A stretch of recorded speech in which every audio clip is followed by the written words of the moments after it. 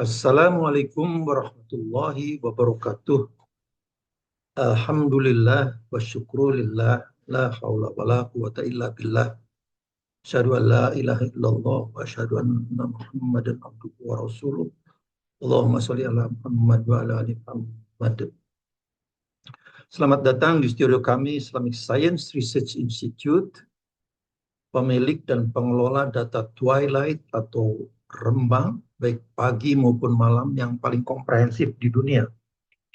Data kami sudah mencakup 5 benua, sejak dari yang paling selatan adalah New Zealand sampai dengan wilayah Arktik yang meliputi 5 teritori politik, 4 di Eropa yaitu Finlandia, Islandia, Greenland, Norwegia, kemudian 1 di Alaska di Amerika Serikat. Pertama kali saya mohon maaf karena agak lama saya off karena ada beberapa problem domestik yang harus saya selesaikan.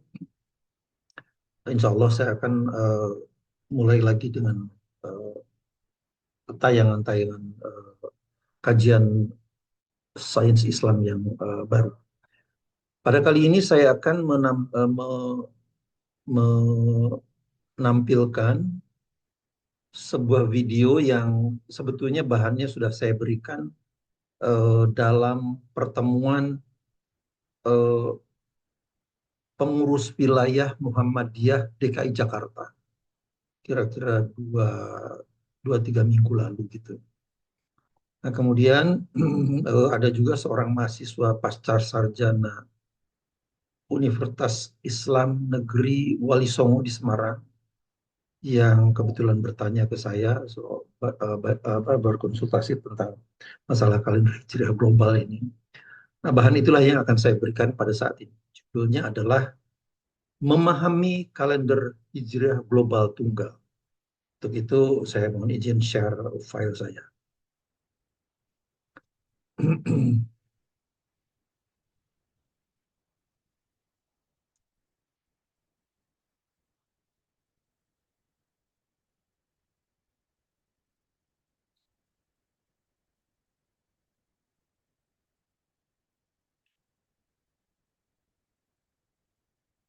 Ini adalah title-nya, judulnya Memahami Kalender Hijriah Global Tunggal. Memang ini banyak sekali yang terutama karena Muhammadiyah sudah menerapkan kalender hijrah global tunggal ini sejak 1 Muharram 1446 lalu, sehingga banyak yang ingin tahu detailnya bagaimana dan sebagainya. Saya kira bagus sekali itu karena ini memang agak sedikit rumit gitu ya. Jadi akan saya jelaskan juga di sini sebagai bahan renungan bagi masyarakat luas. Pertama kali saya ingin mendiskusikan tentang akibat tiadanya kalender Islam. Ya, akibat tiadanya kalender Islam, Muslim kalender ya. Muslim kalender artinya saya belum masuk dulu pada kalender Islam global. Akibat tiadanya kalender Islam global. Karena kita ini tidak pernah punya kalender Islam sebetulnya. Karena apa? Karena Ramadannya bisa hari Selasa, di negeri lain bisa hari Rebo, di negeri lain bisa hari Kamis, bahkan bisa 4 hari berbeda-beda. Jadi akhirnya orang, ya bagaimana kalendernya kalau kalau berbeda-beda seperti itu kan. Jadi makanya akibatnya adalah semua bisnis umat Islam menggunakan kalender Masehi sebagai basis sistem akuntansinya. Sistem akuntansi itu ada apa? Pembukaan laporan akuntansi keuangan pada 1 Januari dan penutupannya pada 31 Desember. Karena tidak ada kalender Islam. Jadi 1 Januari, 31 Desember itu persoalan. Sehingga financial statement itu neraca laba rugi lah. Financial statement itu kan isinya neraca laba rugi dilakukan antara 1 Januari dan 31 Desember, 365 hari. Nah, kemudian keuntungan bagi pemegang saham. Jadi setelah ada, oke, kita dapat untung nih. Keuntungan bagi pemegang saham, bonus bagi eksekutif dan karyawan dibagikan setelah 31 Desember. Setelah ketahuan kan, oh ini untung nih, untungnya sekian. Berarti oke, untuk pemegang saham, untuk bonus untuk eksekutif, untuk karyawan diberikan, kemudian eh, keuntungan bagi pemegang saham. Tapi itu dilakukan setelah 31 Desember. Persoalannya, haul dalam Islam, haul dalam Islam itu harus berbasis pada kalender Hijriah yang 354 hari. Ya, harus 354 hari. Kalau kita 1 Januari 31 Desember, maka keuntungan itu, bonus, keuntungan dan sebagainya itu yang 11,5 hari, 365 354 hari tidak terzakati. Karena apa? Karena si eksekutif yang menerima bonus tadi itu baru membayar zakat kan. Kalau mau bayar zakat, banyak juga yang nggak bayar zakat. Tapi ini setiap teoritisnya seperti itu.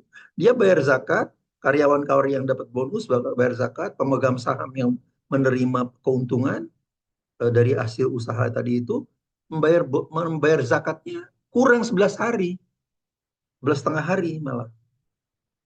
Nah, itu persoalannya karena menggunakan kalender hijrah, kalender Masehi. Persoalannya kalau cuma 1 tahun ya cuma 11,5 hari. Kalau 2 tahun jadi 23 hari. Kalau 30 tahun,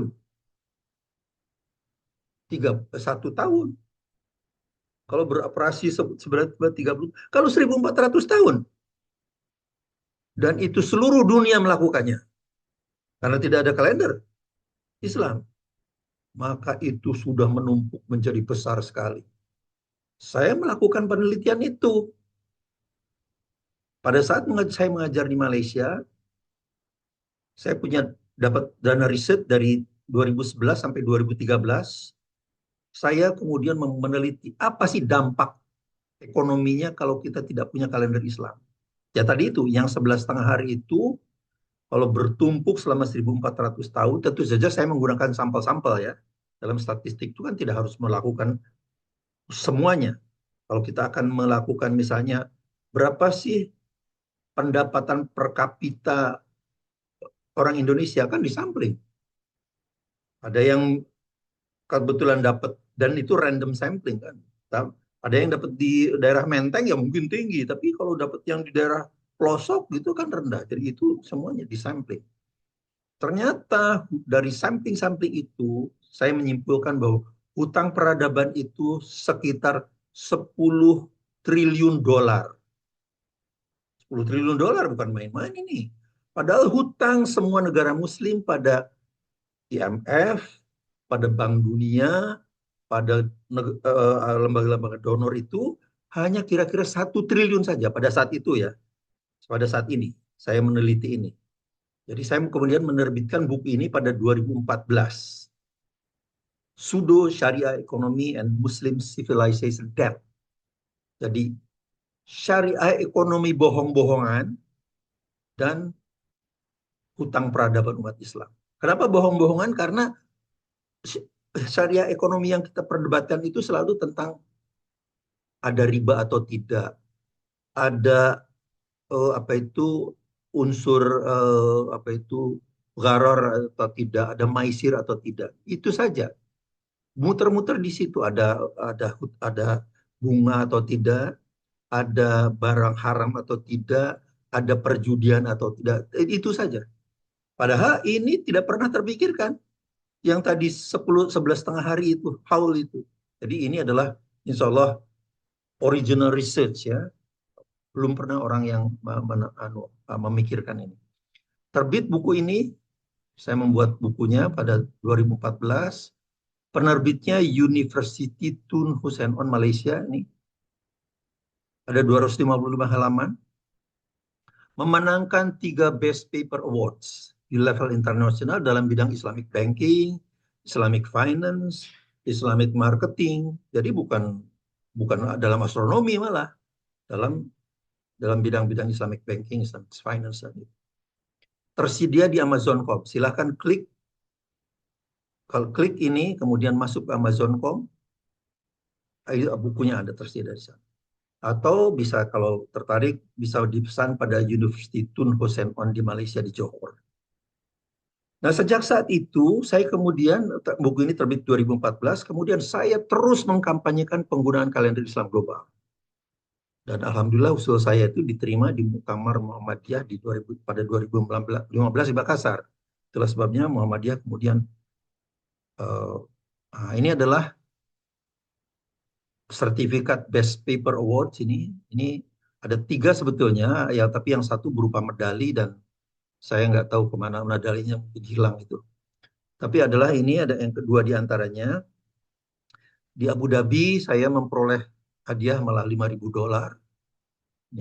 Kemudian di Kuala Lumpur ini. Jadi bukan riset yang ecek-ecek lah ini.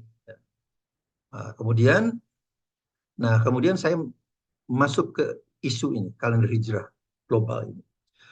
Yang namanya kalender hijriah itu ya harus berlaku global. Harus. Mengapa? Ini dasarnya. Pertama, karena fase atau wajah bulan ya, fase moon phase itu sebutnya fase bulan, bukan wajah, tapi diterjemahkan ke Indonesia kok jadi wajah. Fase bulan ijtima, itu ijtima ketika bulan itu tidak tersinari sama sekali, tidak ada yang tersinari. Kemudian hilal, ini hilal. Kemudian semakin membesarkan menjadi first quarter moon, ini separuh bulan yang tersinari. Kemudian bertambah besar menjadi waxing gibbous. Kemudian menjadi purnama. Kemudian mengecil lagi menjadi waning gibbous. Kemudian third quarter moon. Kemudian waning crescent, termasuk di dalamnya adalah Urjunil Qadim nanti. Kemudian menjadi ini semuanya adalah fenomena global. Global. Ya. Tampak ataupun tidak tampak, kita percaya atas keberadaannya atau tidak, wajah bulan itu ada di langit sana. Ya. Jadi itu global. Nah, apa yang menyebabkan dia tidak kelihatan? Wajah-wajah bulan itu ya, yang kecil, yang sampai besar pun. Penyebab wajah bulan tidak tampak itu pertama adalah kalah intensitasnya oleh sinar matahari. Kalau sinar matahari terang benderang, ya nggak kelihatan siang hari. Atau yang keduanya berada di bawah ufuk. Sudah tenggelam di bawah ufuk. Itu terhalang oleh bola bumi namanya. Padahal ufuk itu lokal. Ya, karena ufuk Jakarta dengan ufuk Selandia Baru beda. Karena sifatnya lokal. Ufuk itu adalah tempat terbenam garis terbenamnya matahari ya, ufuk itu lokal. Jadi mana mungkin fenomena global tadi itu dianulir kalau tidak kelihatan, kemudian dianggap tidak ada. Itu yang kekeliruan besarnya di situ. Nah, jadi syarat visibilitas hilal adalah sebuah blunder. Jadi kalau tidak kelihatan, apakah dia intensitas sinarnya kalah oleh sinar matahari atau tertutup oleh bola bumi, itu dianggap tidak ada hilal. Oh, ini blunder ini. Ya. Apalagi syarat tinggi hilal yang merupakan fenomena lokal itu tadi. Nah, sekarang saya tunjukkan bahwa ini berupa global. Global. Pada saat konjungsi ini terjadi ini adalah data untuk fase-fase bulan itu antara 2 Oktober 2024 bulan ini sampai 24 Oktober. Di Greenwich itu dekat London, konjungsi terjadi pada 2 Oktober pukul 19.49. Di Jakarta, di detik yang sama pada saat pukul 19.49 2 Oktober itu, kita sudah 3 Oktober. Karena kita 6 jam di muka orang-orang Greenwich kan. Jadi kalau ini ditambah 6, kita sudah 3 Oktober pukul 1.49. Jadi ini terjadi di detik yang sama. Coba aja kita telepon sekarang saudara kita, sekarang pukul 7.12 di sana pasti mungkin pukul 00.12 atau mungkin pukul 1, ya pukul 1.12 atau pukul 00.12 karena perbedaannya bisa 6 jam bisa 7 jam kan tergantung anunya. Jadi itu anunya. Nah sekarang nih first quarter moon ketika matahari separuhnya ini terjadi di Greenwich ini tadi di Jakarta ya di bawah. Yang di Greenwich itu udah 10 Oktober pukul 19.55. Di kita sudah 11 Oktober pukul 1.55. 6 jam lagi bedanya. Ini juga 6 jam. Jadi ini adalah fenomena global. Ini adalah fenomena global. Itu. Jadi tidak mungkin itu bisa dianulir. Tidak boleh dianulir. Kalau tidak kelihatan berarti tidak ada. Nah sekarang saya merambah ke dasar syariah kalender Islam. Yaitu Yasin 37 sampai 40.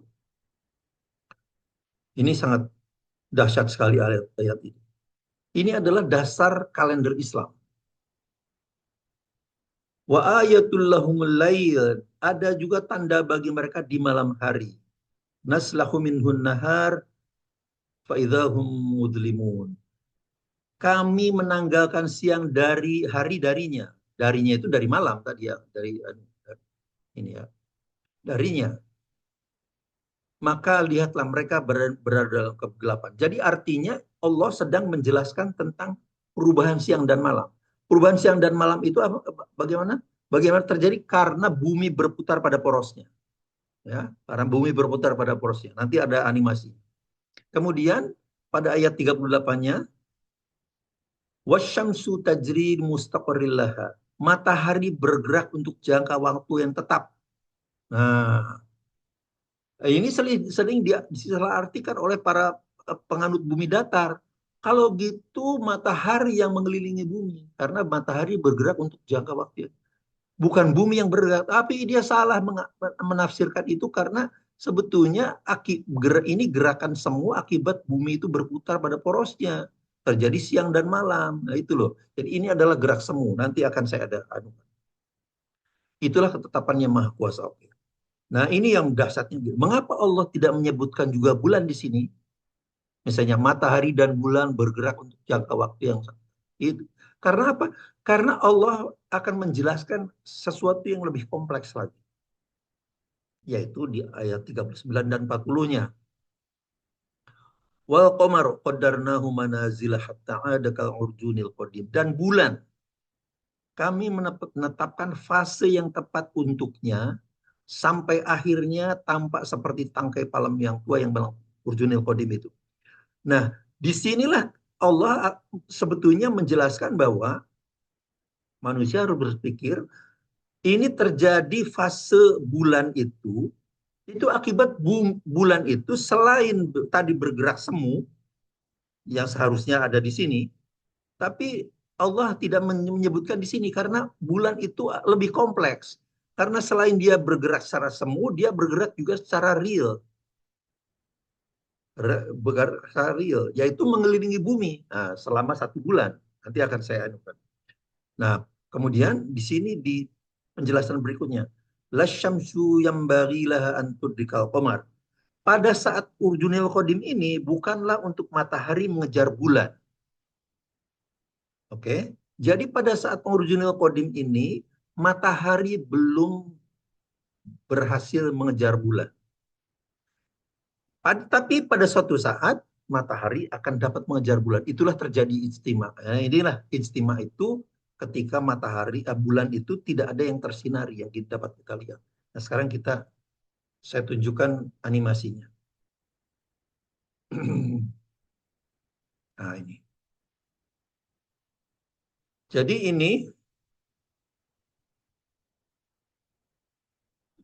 ini adalah bumi berputar pada porosnya. Akibatnya terjadi siang dan malam. Ini ada siang, ada malam gitu ya. Oke. Jadi ini adalah nah ini. Jadi kalau ini ya penjelasan Yasin 37 40. Karena bumi berputar begini, maka yang ini mataharinya kan ada di sini, maka yang ini adalah malam, yang ini adalah siang. Nah, nah itulah yang dijelaskan oleh Yasin Yasin itu. Jadi pada dalam posisi ini harus diingat bahwa ini adalah jarak dari bumi ke bulan itu sekitar 400.000 kilometer, sedangkan dari bumi ke matahari itu 150 juta kilometer. Nah, ini yang dijelaskan oleh Yasin 37 dan 38. Karena bumi berputar berselang-seling, berganti-ganti siang dan malam, dan ini 360 derajat dalam 24 jam. Jadi 360 dibagi 24 itu dapatnya 15 derajat per jam. Maka matahari dan bulan itu seolah-olah, itulah gerakan semu, seolah-olah bergerak mengelilingi bumi dalam arah sebaliknya ya. Itu adalah juga 15 derajat per jam kecepatan sudutnya. Itulah adalah saya berikan ini omega sama dengan 15 derajat per jam. Itu sama antara matahari dan bulan karena ini gerakan semu. Oke. Namun demikian, nah itu yang dijelaskan dalam 39-nya. Bulan ini sebetulnya selain dia bergerak-gerak semu ke sana, dia bergerak secara real. Dari sini sampai ke sini 360 derajat, 360 derajat itu selama 29,5 hari. Jadi setiap jamnya ada omega prime ini, omega prime-nya itu adalah setengah derajat per jam. Jadi kalau matahari gerak sudutnya, kecepatan sudutnya tetap 15 derajat per jam, bulan ini hanya 15 derajat dikurangi, resultantenya kan dikurangi setengah derajat ini.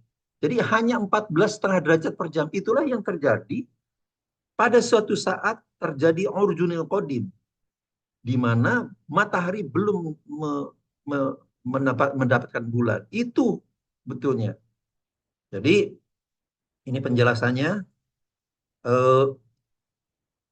Matahari dan bulan appear to be tampak seolah-olah mengelilingi bumi. Nah, tampak itu gerakan semu. Kemudian ada pergantian siang dan malam. Gitu, ada pergantian siang dan malam. Ini malam, ini siang. Oke. Tapi bulan ini mengorbit bumi selama 29,5 hari.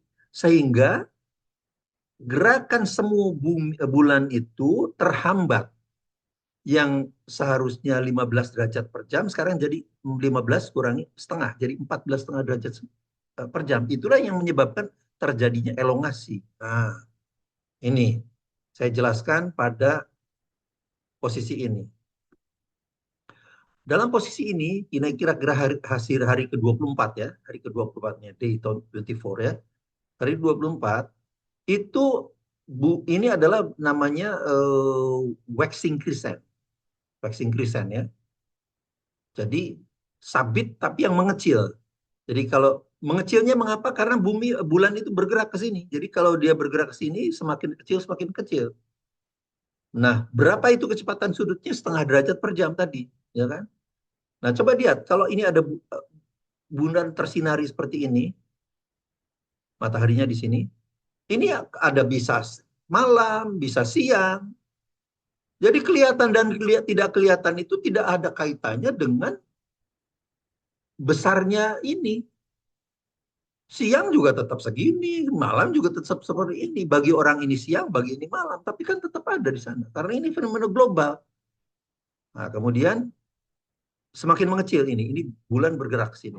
Nah, semakin mengecil. Ini hari ke-25. Mengecil. Juga terus seperti itu. Ini juga siang malam dan bisa kelihatan, bisa tidak kelihatan. Nah, kemudian hari ke-29, hari ke-27, maaf. Hari ke-27 atau 28, maaf ya, 27 atau 28, terjadi urjunil qadim. Urjunil qadim. Nah, inilah yang disebutkan oleh ayat 39 itu, bahwa pada saat manzilah terakhir, dia berbentuk, bulan itu berbentuk urjunil qadim. Dan itu berakhir, manzilah terakhir itu berakhir ketika, ini kan dalam posisi ini, matahari belum mendapatkan bulan. Kapan mendapatkan bulannya? Ketika dia terjadi ijtima. Itulah titik nol ketika ini tidak ada yang tersinari lagi. Jadi kalau sudah ijtima, ya pasti terjadi hilal. Pasti terjadi hilal. Dan itu semakin membesar, membesar, membesar, tambah besar. Tapi ini kondisi ini tetap. Kalau dia besar seperti ini pun kalau malam, kalau tertutup bola bumi ya tidak kelihatan. Jadi kelihatan dan tidak kelihatannya itu tidak ada kaitannya dengan apakah itu hilal itu sudah besar atau masih kecil. Itu tidak ada kaitannya. Karena ini adalah fenomena global, yang ini adalah fenomena lokal, berputar kan gitu. Oke. Sekarang jadi itu anunya analoginya itu seperti ini. Ini ada matahari, saya analogikan dengan orang bersepeda dengan kecepatannya 20 km per jam. Yang ini bulan, orang berjalan dengan kecepatannya 5 km per jam. Yang ini buminya tetap. Tapi ini gerakan, kalau ini gerakan real, tapi sebetulnya ini untuk menganukan gerakan semu tadi itu. Karena ini kecepatannya lebih, suatu saat ini semakin mengecil kan. Jarak dari ini ke sini, jarak sepeda dan orang ini semakin mengecil. Suatu saat dia sampai ijtima di sini. Artinya pohon ini, orang ini, dan ini bersatu menjadi satu garis. Nah setelah terjadi satu garis, karena kecepatan ini 20 km yang ini semakin menjauh ininya. Semakin menjauh ini. Jadi tapi ke arah sana kan gitu. Itulah gambarannya. Nah, jadi saya kira ini tidak usah saya anukan. Jadi sekarang persoalannya sekarang begini. Pada saat matahari tenggelam, ini posisi bulan di sini ya. Ini terjadi hilal. Bagi orang ini ufuk timur bagi orang ini, tapi bagi orang ini adalah maaf. Bagi orang ini, bagi orang yang kuning ini adalah ufuk barat karena matahari tenggelam. Matahari tenggelam di bawah ufuk. Sementara bulannya masih di atas ufuk. Tapi bagi orang ini yang hijau ini, dia ini adalah ufuk timur, ya. Bulannya, penampakan bulan secara global adalah seperti ini, hilal. Nah, sekarang yang apa yang dimaksud dengan ketinggian hilal itu? Ketinggian hilal itu adalah ini. Total altitude itu dari sini ke sana. Nah, persoalannya sekarang, ketinggian ini katakanlah 3 derajat. 3 derajat. 3 derajat itu kalau di wilayah Indonesia, setiap derajat itu 4 menit. Jadi dalam 12 menit ufuk ini kemudian bergerak ke sana. Nah, bulan juga sudah tenggelam. Tidak kelihatan toh. Kalau sudah tenggelam kan tidak kelihatan. Orang ini tidak mungkin bisa melihat ini. Tapi hilal itu kan tetap masih ada di sana. Loh kok dibilang kalau hilal tidak kelihatan, itu berarti hilalnya tidak ada. Ini kan kepercayaan orang primitif kalau seperti ini. Coba deh mana mungkin Islam kok direndahkan seperti itu. Ya, jadi ini betul-betul anulah apa hal yang sangat oke.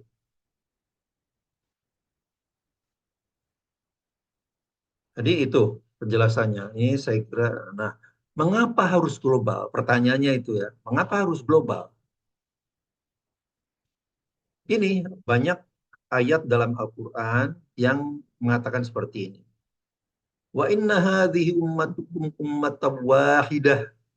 Sesungguhnya agama tauhid ini adalah agama kamu semua, agama yang satu. Oke, ini banyak lagi. Ini Al-Mu'minun, Al-Anbiya. Inna hadhihi ummatukum ummatan wahidah. Oke. Tapi yang menarik adalah ini. Hadis Nabi, as-saumu yauma tasumun. Ini riwayatnya dari At-Tirmizi ya, dari Abu Hurairah. As-saumu yauma tasumun. Berpuasa itu adalah di hari yauma tasumun. Kamu semuanya berpuasa. Wal fitru yauma tuftirun. Idul Fitri itu kamu semua beridul fitri. Wal adha yauma tudhun. Ya. Jadi harinya harus sama. Pada zaman Nabi itu belum ada konsep kalender karena kalender itu kemudian baru diperkenalkan pada Khalifah Umar bin Khattab karena berkirim-kirim surat dengan para gubernurnya, ini hari Senin, ini ada lagi Senin, ada hari Selasa loh. Ada hari Senin lagi. Ini Senin yang mana dulu ini? Yang ini atau yang ini kan gitu. Udah mulai bingung kan. Nah, itulah kemudian diperkenalkan ada kalender, sistem kalender. Tapi ininya, pesan dari ini dah, as-saumu yamatasumun. Pada saat zaman harinya itu harus sama. As-saumu yamatasumun.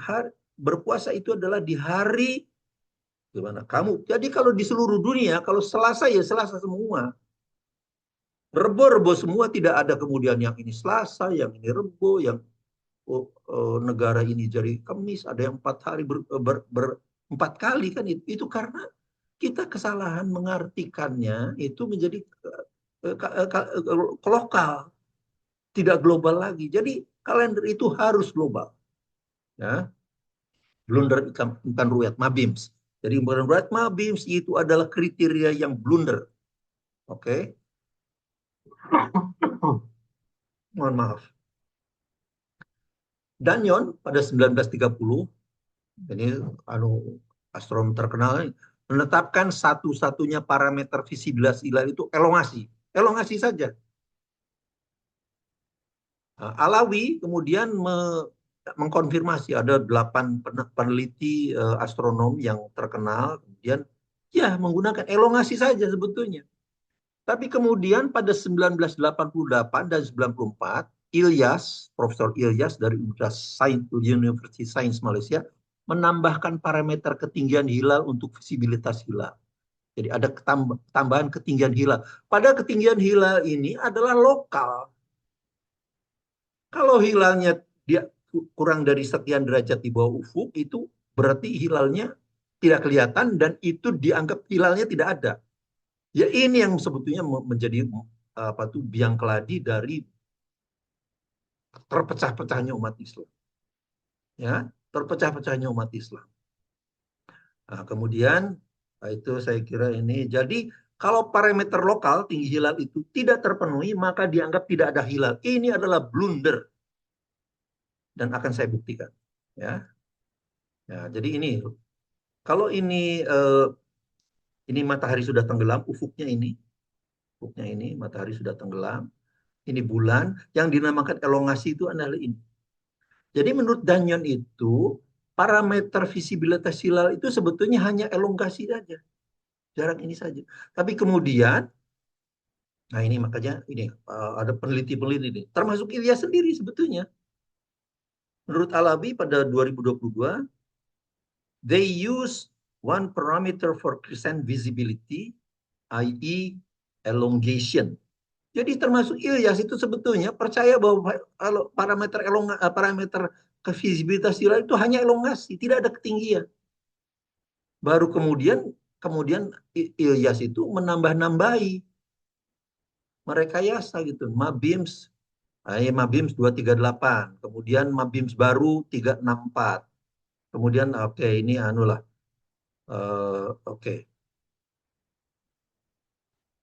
Nah, jadi Mabims tadi itu. Kemudian Muhammadiyah menggunakan Wujudul Hilal sebelum mengadopsi kalender hijrah global ya. Itu terjadi aja istimewa sebelum maghrib, bulan tenggelam setelah matahari tenggelam. Jadi kalau tenggelamnya bulan itu beberapa detik saja setelah matahari tenggelam, sudah itu menurut wujud hilal. Nah inilah yang kemudian, jadi itu tapi masih syarat ada syarat visibilitas hilal karena bulannya harus tenggelam sebelum matahari tenggelam. Jadi itu kriteria lokal masih. Inilah yang kemudian sering digunakan oleh Pak Thomas Jamaluddin dengan mengolok-olok astronomi Muhammadiyah itu usah. Ya gitu ya. Ini sejak kami sudah bertengkar sejak 2008 2009 ya. Oke. Di sini akan saya buktikan bahwa konsep astronomi dia Pak Thomas Jamaluddin justru yang primitif. Primitif. Karena kalau barangnya tidak kelihatan, tidak ada. Kita siang hari kita tidak bisa melihat bintang, kok ada jutaan bintang di langit itu. Tapi kita percaya ada bintang kan. Nah, ini kok kalau tidak ada kelihatan hilalnya ya berarti tidak ada katanya. Ya primitif itu. Nah, sekarang kriteria kalender hijrah global itu adalah tunggal itu adalah 5 derajat ketinggian hilalnya, 8 derajat elongasinya. Tapi di mana saja terjadi. Nah, sekarang ini jadi old Mabim itu seperti tadi, yang dulu ya, Mabim lama itu ketinggiannya 2 derajat, elongasinya hilal itu 3 derajat. Kemudian dirubah, ininya 3 derajat, ininya jadi 6,4 derajat. Oke. Sedangkan wujudul hilal, pokoknya asal bulannya itu tenggelam setelah matahari tenggelam, ini kan bulannya masih belum tenggelam. Itu berarti itu anunya lah. Kemudian kalau eh, KHGT itu kalender hijrah global tunggal, ininya 5 derajat, ininya 8 derajat, tapi dimanapun di muka bumi terjadi itu syah. Sekarang saya tunjukkan bagaimana animasi itu, animasi-animasinya. Nah ini untuk menjelaskan supaya tidak complicated, kemudian saya gerakan bulan dan matahari, bulan dan bumi itu saya dikompos, saya pecah. Gitu ya. Nah di sini matahari itu saya anggap maaf, bumi itu saya anggap tidak berputar. Jadi artinya tidak ada pergantian siang dan malam. Tidak ada pergantian siang dan malam ya. Jadi orang yang sebelah kiri ini selalu siang, yang sebelah kanan ini selalu malam. Ini hanya teoritis saja ya. Kemudian pada posisi ini matahari, bulan dan bumi itu dalam satu bidang meridian. Itulah dinamakan konjungsi. Maka tidak ada bagian bulan yang tersinari. Kemudian bulan itu bergerak. Nah, ketika bulan bergerak, inilah yang dinamakan hilal. Kemudian dia semakin membesar. Jadi membesar dan mengecilnya fase bulan ini hanya akibat bulan itu berputar mengelilingi bumi. Tidak ada kaitannya dengan siang dan malam, tidak ada kaitannya. Jadi kalau bumi tidak berputar pun ya tetap ini ada terjadi ini fase bulan ini seperti ini. Sampai sampai di sini, nah lihat. Sampai di sini yang tadinya kecil menjadi besar, apakah orang ini bisa melihat ini? Tidak kelihatan. Karena kalah oleh sinar matahari, itulah makanya sinar matahari sangat penting sekali. Tidak akan kelihatan besar seperti ini. Apalagi, maaf saya kembalikan lagi, apalagi cuma hilal seperti ini. Yang besar seperti ini pun tidak akan kelihatan oleh orang ini karena dia kalah oleh sinar matahari. Nah, sekarang bagi orang yang sebelah kanan, yang hijau ini, besar seperti ini pun tidak kelihatan. Karena apa? Di bawah ufuk. Ufuknya kan ini. Ini bagi orang ini ufuk timur, bagi ini ufuk barat. Ya. Jadi ini tidak kelihatan juga bagi orang sebelah kanan ini. Baru kemudian di sini, nah ini bagi orang ini terbit di ufuk timur, bagi orang ini terbenam di ufuk barat. Kemudian, nah setelah di sini orang ini tidak bisa melihat juga ini karena sudah di bawah ufuk. Baru orang ini bisa melihat karena apa? Malam hari. Ya kan kalau ini kan siang hari terus, kalau ini kan malam hari terus. Baru orang yang sebelah kanan ini bisa melihat. Jadi bisa melihat bulan itu fase bulan itu bertambah besar sampai purnama, kemudian mengecil lagi, kemudian tenggelam bagi orang ini, tapi terbit bagi orang ini. Oke, sekarang sudah tenggelam di bawah ufuk, tidak bisa lihat. Jadi dari animasi ini kita bisa melihat, bisa menyimpulkan bahwa orang yang sebelah kiri ini selama hidupnya dia tidak pernah melihat bulan, tidak pernah karena siang siang hari terus kan gitu. Kalah oleh sinar matahari meskipun ini besar seperti ini tidak akan kelihatan. Sampai begini ya tidak kelihatan gitu. Gitu. Sementara orang yang ini hanya bisa melihat bulan itu hanya dari tadi seperti ini, first quarter moon sampai purnama sampai mengecil lagi menjadi third quarter moon. Setelah itu hilang. Jadi itu karena dia sudah di bawah ufuk ya tidak kelihatan. Jadi tapi kalau tidak kelihatan kemudian bulan ini tidak ada, ya ngawur lah itu. Itu ngawur itu. Oke. Oke, sekarang saya ganti animasinya yang bergerak itu adalah buminya. Sekarang animasi ini. Nah, sekarang buminya sekarang yang berputar. Saya anggap bulannya berhenti di sini. Jadi bulannya tidak bergerak. Jadi penampakannya seperti ini. Fase bulannya adalah apa tuh waxing gibbous. Waxing gibbous itu bulan yang membesar gitu, sampai sebelum purnama. Kemudian orang ini kira-kira tengah hari, gitu. Tengah hari. Apakah orang ini bisa melihat ini? Tidak, karena di bawah ufuk, gitu. Di bawah ufuk ini, masih di bawah ufuk. Kemudian orang ini bergerak. Pada sekitar pukul 2, ini terbit di ufuk timur ini, terbit di ufuk timur. Tapi apakah kelihatan? Tidak kelihatan karena kalah oleh sinar matahari, ya kan? Meskipun besar seperti ini. Jadi apalagi hilal, segede ini pun tidak akan kelihatan. Kemudian, nah, oke, tidak kelihatan, tidak kelihatan, tidak kelihatan. Baru ketika matahari tenggelam di ufuk barat sana, ini mataharinya kan jauh di sana. Baru orang ini baru bisa melihat ini, oh itu ada bulan, seperti ini. Oh ada bulan, oke terus kelihatan, kelihatan, kelihatan, kelihatan. Sampai tengah malam pun kelihatan. Oh udah pukul 2 pagi, bulan ini sudah tenggelam di ufuk barat, ya.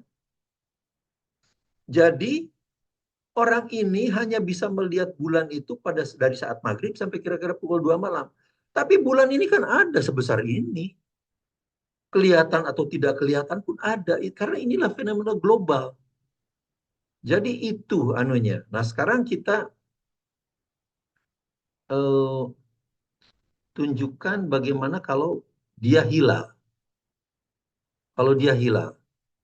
Visibilitas hilang. Nah, sekarang kalau itu hilang, ini bulannya di sini berhenti. Kita berhenti, dianggap tidak bergerak. Kemudian bolanya ini apa? Matahari apa buminya itu tetap berputar. Pada saat itu anunya seperti ini. Kemudian orang ini kan kira-kira jam 6 pagi dah. Karena bulan baru matahari baru terbit nih di ufuk timur kan. Kemudian dia bergerak, bergerak. Nah, pada saat pukul 7, kira-kira pukul 7 ini, hilal ini terbit di ufuk timur ini, terbit. Ufuk timurnya kan ini. Tapi apakah kelihatan atau tidak? Tidak kelihatan lah. Tidak kelihatan ini karena kalah oleh sinar matahari. Tadi yang besar aja nggak kelihatan, apalagi cuma hilal begini. Tengah hari apalagi. Baru ketika maghrib, nah orang ini baru melihat itu. Oh itu ada hilal. Ketinggian hilal itulah ini maksud ketinggian hilal. Kalau cuma 3 derajat, dia dalam 12 menit tenggelam lagi. Nah tenggelam nih, 12 menit tenggelam. Berarti kalau sudah tenggelam kan sudah tidak ada hilalnya. Karena kalau tidak kelihatan bukan hilal. Nah, itu yang ngawur aja itu. Ngawur itu. Nah, sekarang saya lanjutkan. Saya kira ini saya sudah jelaskan jadi intinya begini. Pada 1980-an itu kita melakukan navigasi itu dengan melihat bintang, ya, dengan melihat bintang. Tapi kemudian pada tahun 1973 itu Department of Defense Amerika Serikat itu mendevelop yang dinamakan Global Positioning System. Nah, baru kemudian itu berakhir pada eh, oke, saya adukan langsung aja. Pada 1973, Department of Defense Amerika Serikat (DoD) menginisiasi proyek Global Positioning System atau GPS. Dananya 12 miliar dolar. Kemudian selesai pada 1993, jadi 20 tahun. Ya, 20 tahun dengan beroperasinya 24 satelit GPS yang ngorbit bumi pada ketinggian sekitar 20.200 km ini. Nah, sejak saat itu, kemudian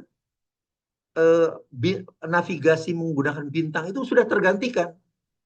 Kalau tadinya kita bernavigasi dengan bintang itu harus malam hari, karena bintang kan tidak kelihatan pada siang hari. Sekarang 24 jam satelit GPS itu menggantikan fungsi visibilitas bintang tadi itu. Jadi 24 jam kita sudah bisa bernavigasi, dan GPS teknologi itu telah merubah peradaban umat manusia. Tidak ada satupun aktivitas umat manusia modern saat ini yang tidak terdampak oleh itu. Kita misalnya menggunakan Waze, Google Map, melalui HP.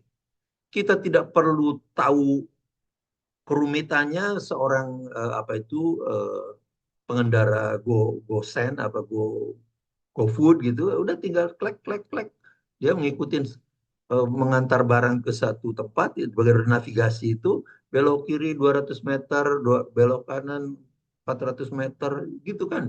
Itu sudah kita dapat masang azan, Runkeeper, banyak sekali aplikasi dia. Semua karena kita punya GPS. Tidak harus lihat bintang lagi, tidak harus melihat bintang karena bintang hanya kelihatan pada malam hari. Ya, oke itu. Jadi dunia navigasi sudah meninggalkan visibilitas bintang karena beralih ke GPS. Banyak sekali lah keuntungan-keuntungan kita mempunyai GPS. GPS telah membuat apa yang kami lakukan. Oke, ini saya kira nggak usah ini.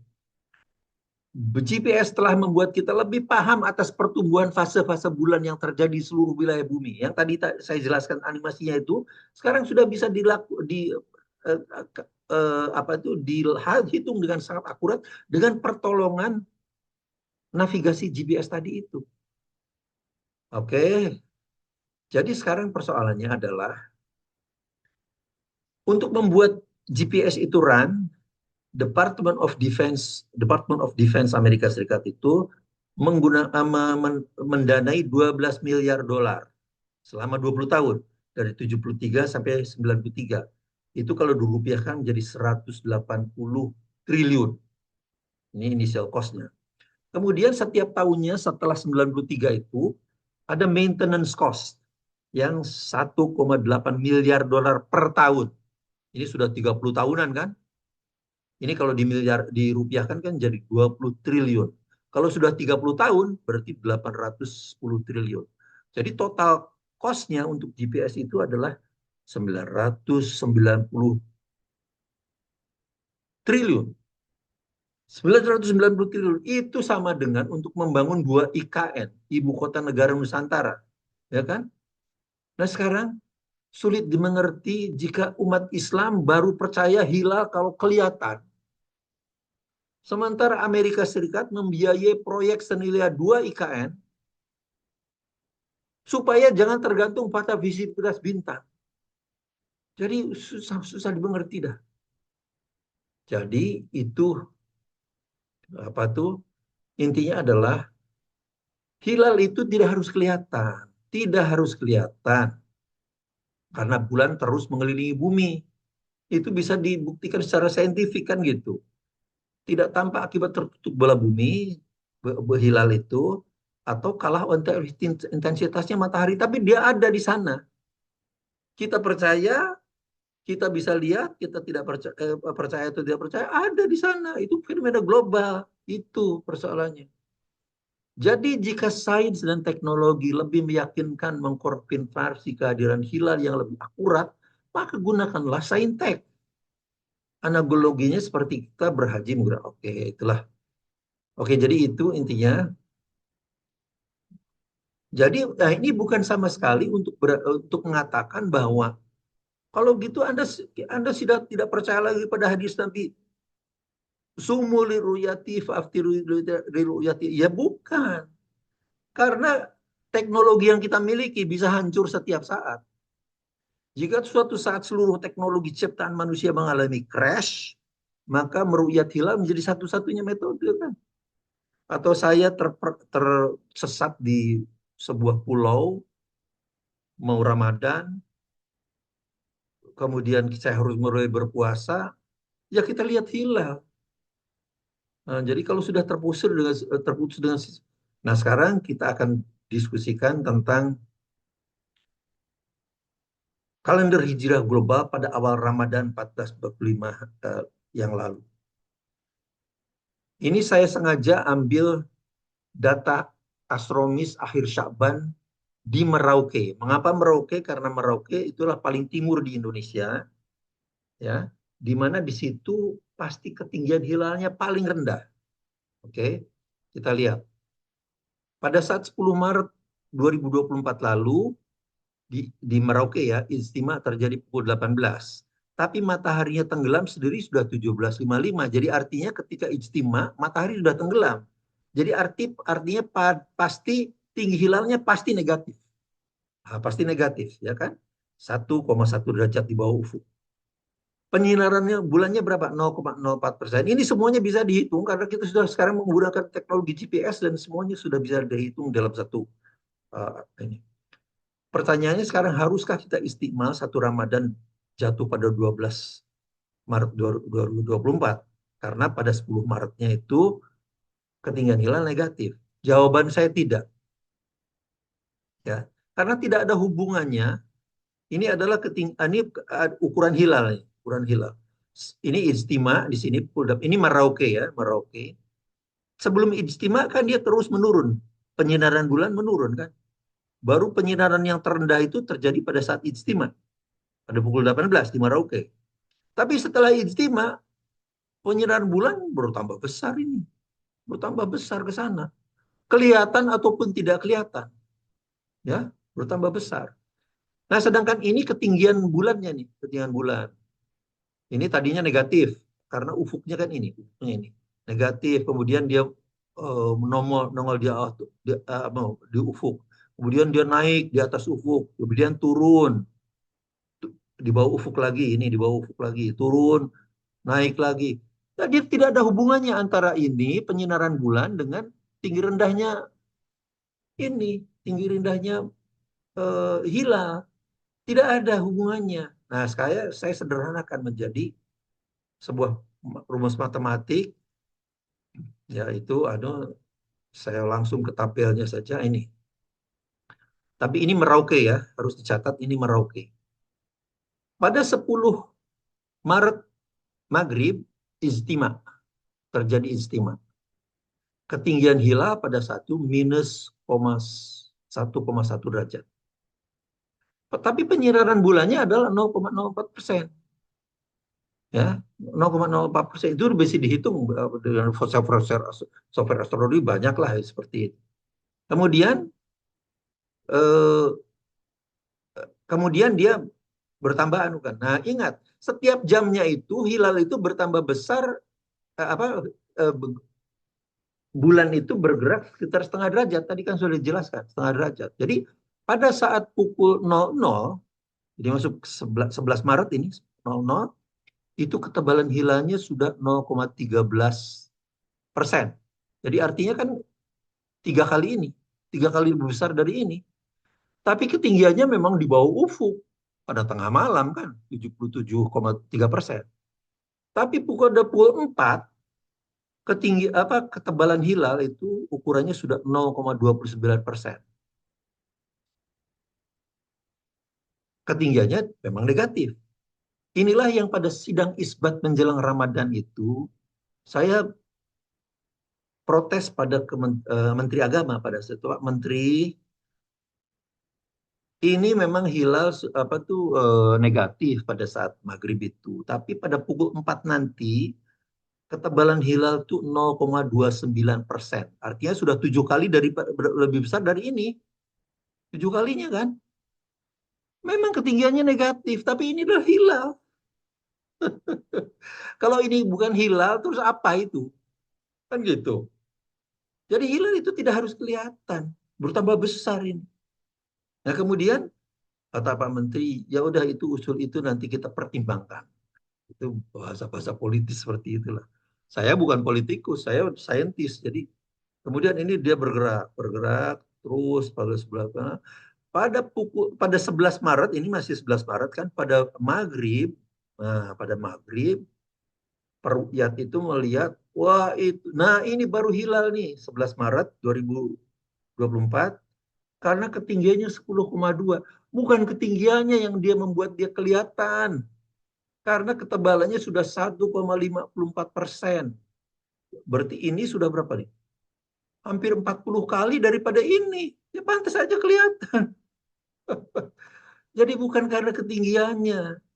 Ketinggian itu hanya memperpanjang kita bisa melihat hilal itu. Karena setiap derajatnya 4 menit. Berarti ini dalam 40 menitan dia sudah tenggelam. 40 menitan sudah tenggelam. Ketika sudah pukul 19 sudah di bawah ufuk dia. Meskipun hilalnya tambah besar. Pada saat subuh 12 Maret, ya udah kita berpuasa karena ini hilalnya kelihatan kan gitu. Iya itu persoalannya, tapi ini hilalnya sudah tidak ada loh. Udah di bawah ufuk kok. Kelihatannya itu kan cuma 40 menitan aja di sini. Jadi gimana dong? Jadi artinya hilal itu tidak harus kelihatan. Sumu liru'yati, berpuasalah ketika kamu melihat hilal. Hilalnya nggak ada kok. Ini kan di bawah ufuk. Jadi sebetulnya itu sumu liru'yati itu untuk meyakinkan bahwa ada hilal itu ada kan gitu sebetulnya.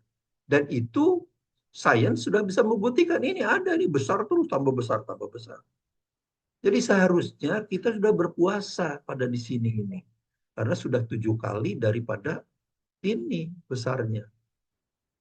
Ya itulah anunya. Oke. Kemudian sekarang saya langsung aja jam ke sini. Nah, pada saat 10 Maret 2024,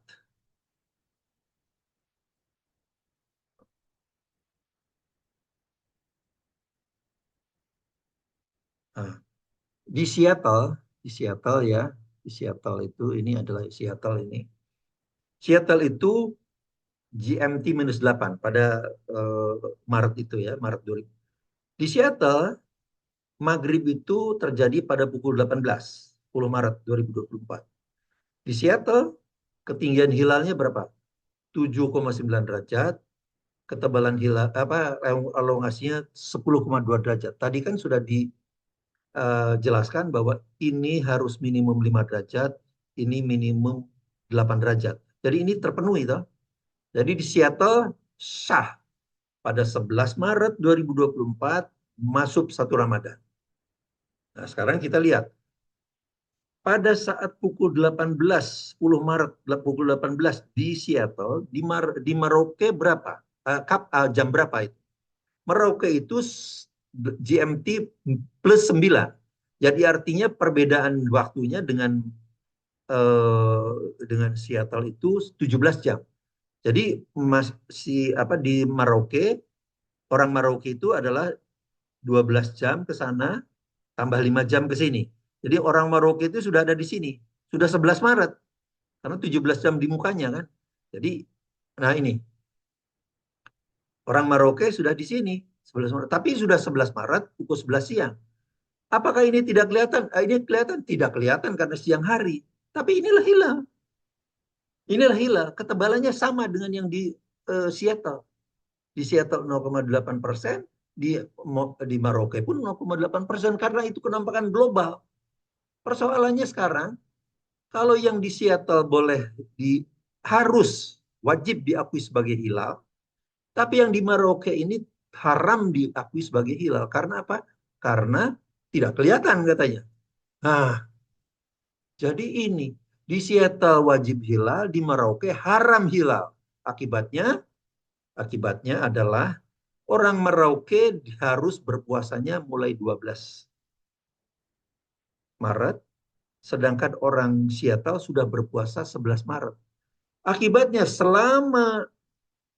bulan Ramadan kemarin itu selama bulan Ramadan kemarin orang Papua atau orang Indonesia lah karena kemudian diputuskan oleh Kemenag itu bahwa kita puasanya mulai 12 Maret itu semua ibadah kita, sholat kita, sholat tarawih, sholat segala macam itu 12 jam di belakang orang Amerika. Ini ngawur lagi. Karena seharusnya kita ini selalu harus di depan orang Amerika. Kira-kira 12 jam di depan orang Amerika. Jadi itulah kekacau balauan kalau kita akan melakukan pendefinisian kalender itu dengan cara lokal, dengan kriteria yang lokal. Itulah sebabnya, ini saya kira tidak usah saya ini kan ini